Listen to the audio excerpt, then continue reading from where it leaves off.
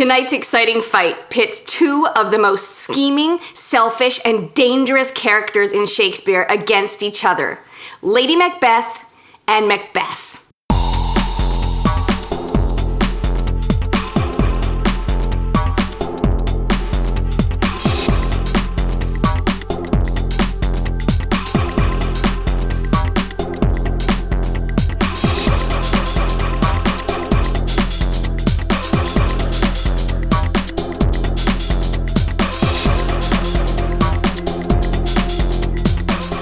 Hey everyone, I'm Dr. Paul. Welcome back to Shakespeare in the Ring. If this is your first visit, here's how it works. Shakespeare in the Ring is where two fearless actors verbally spar over Shakespeare, and you get to be the judge. Which actor controls the action? Who parries, slips, and blocks verbal punches with the greatest technique? Who lands the most shots? You'll watch the fight and share your decision in the comments.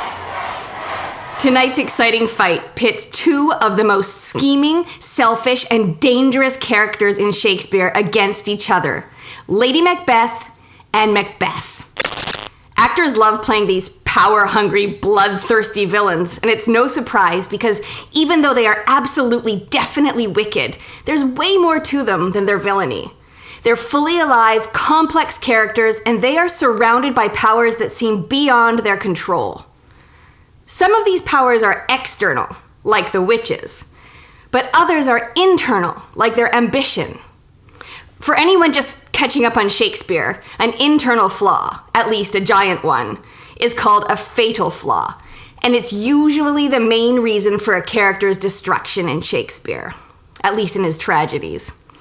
This characteristic, be it ambition, jealousy, impulsiveness, or something else, turns halfway decent people into really vile people. But the result is that something weird happens to us as spectators. We find ourselves feeling bad for really bad people, even while they carry out astonishing acts of villainy. Why? Because we see that some of their evil is beyond their control. They're not villains full stop. Instead, they're tragic heroes, because they've earned at least a little bit of our sympathy. Tonight, our fearless fighters will focus on the villainy of their own deplorable character, but they'll also highlight some of the more sympathetic qualities of the reprehensible figure in the other corner. Then you'll get to decide, who's more vile, Lady Macbeth or Macbeth? Quick plot summary. It's nighttime on a barren Scottish moor, and the brave Scottish generals Macbeth and Banquo meet three witches who prophesy that Macbeth will become Thane of Cawdor and then king, and that Banquo's descendants will also become monarchs. Thus begins Macbeth's bloody battle for supremacy.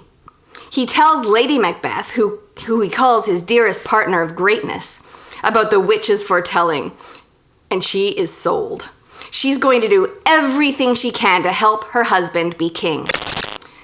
The first thing they need to do is get rid of King Duncan. So, Macbeth, led by his murderous wife, slaughters the king as he sleeps as a guest in the Macbeth's own castle. Obviously, they need to cover up their guilt, so they make sure the king's sons seem guilty of the crime.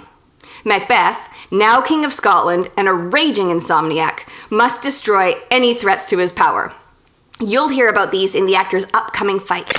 Suffice it to say that thus starts a bloodbath that plunges Scotland into total bedlam.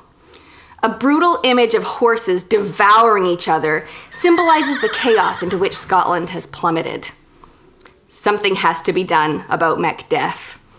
Duncan's eldest son, Malcolm, raises an army against a cocky Macbeth who believes that he is bulletproof because of another cryptic prophecy that he receives from the witches.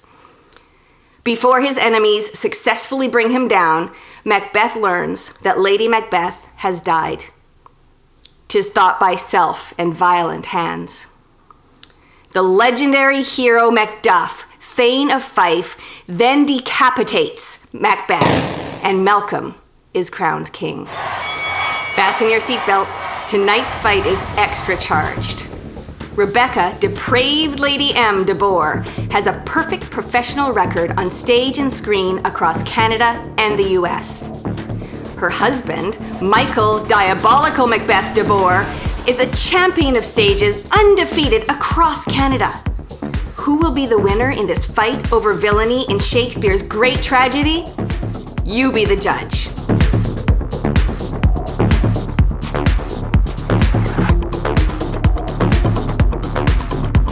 Lady Macbeth is the all-out villain in this show, folks.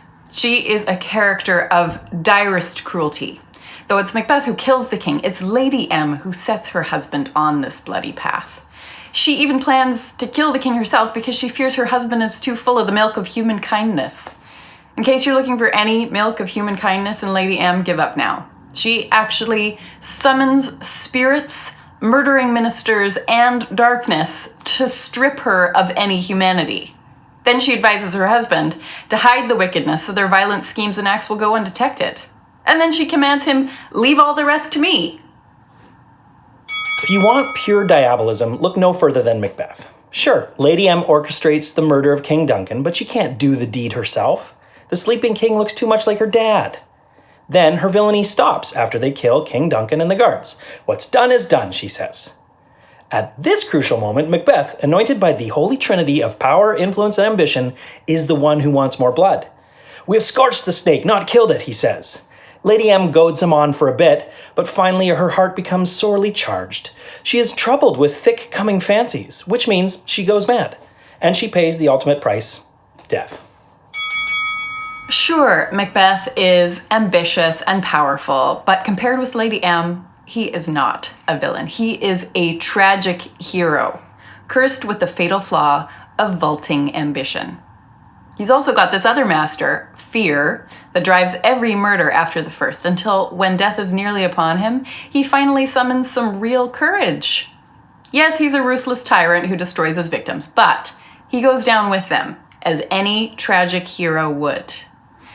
Lady M goes down too, but even when her sanity cracks under the weight of her own ambition, she shows that she was never afraid.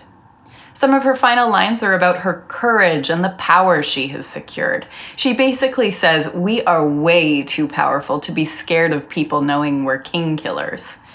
In short, her weaker half, Macbeth, wouldn't have, indeed couldn't have, done it without the villainous, treacherous, dangerous, mad Lady M. Okay, but Lady M is sick with regret after they kill the king. By contrast, the second Macbeth learns from the three witches that thou shalt be king hereafter, he goes on a murderous rampage. Take a look at this depraved bill of fare. You've already heard about King Duncan, killed by Macbeth's own hand. Next off are the dead king's guards. After these three slaughters, he hires assassins to murder Banquo and his son Fleance, though the boy escapes. Then he orders the deaths of Macduff's wife and children, right down to the baby. Even the witches call Macbeth wicked. Hecate, the goddess of the witches, commands her minions to cut this spiteful, wrathful tyrant's actions short. Why? Because the false, deceitful, sudden, malicious Macbeth has grown way too violent and depraved. Macduff, Thane of Fife, says it best. Not in the legions of horrid hell can come a devil more damned in evils to top Macbeth.